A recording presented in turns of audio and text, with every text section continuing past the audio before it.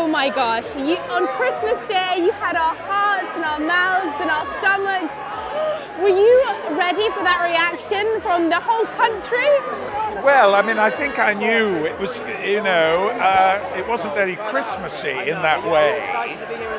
But, you know, it had to happen, and not by any wish from me. You know, I wanted him to stay, but he had this real gut feeling that it was time to go. And, you know, when you're an actor, you've got to follow that, because there are no rules.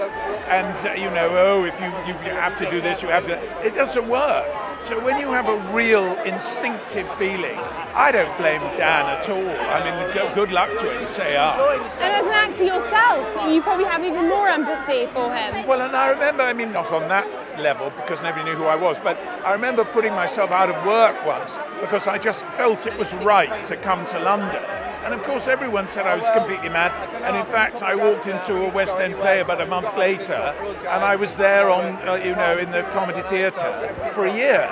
So for me, it worked. And I, you know, I just sort of reminded myself of that when we were going through the whole thing. Fans all over the world are dying to know. Next series, what can we expect? More Downton.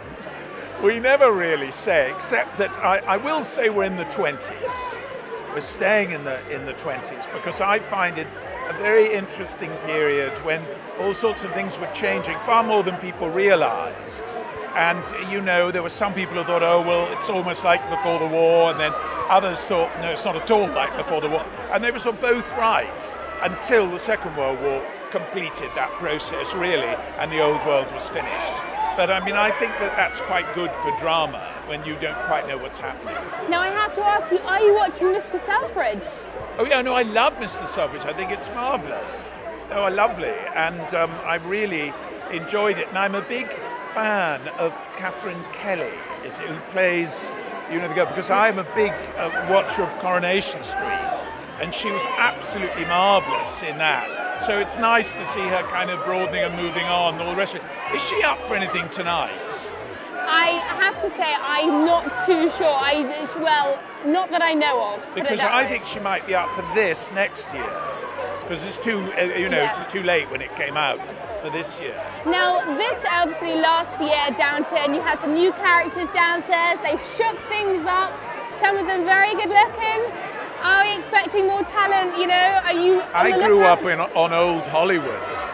In that world, everyone was good looking. All that interesting face hadn't begun.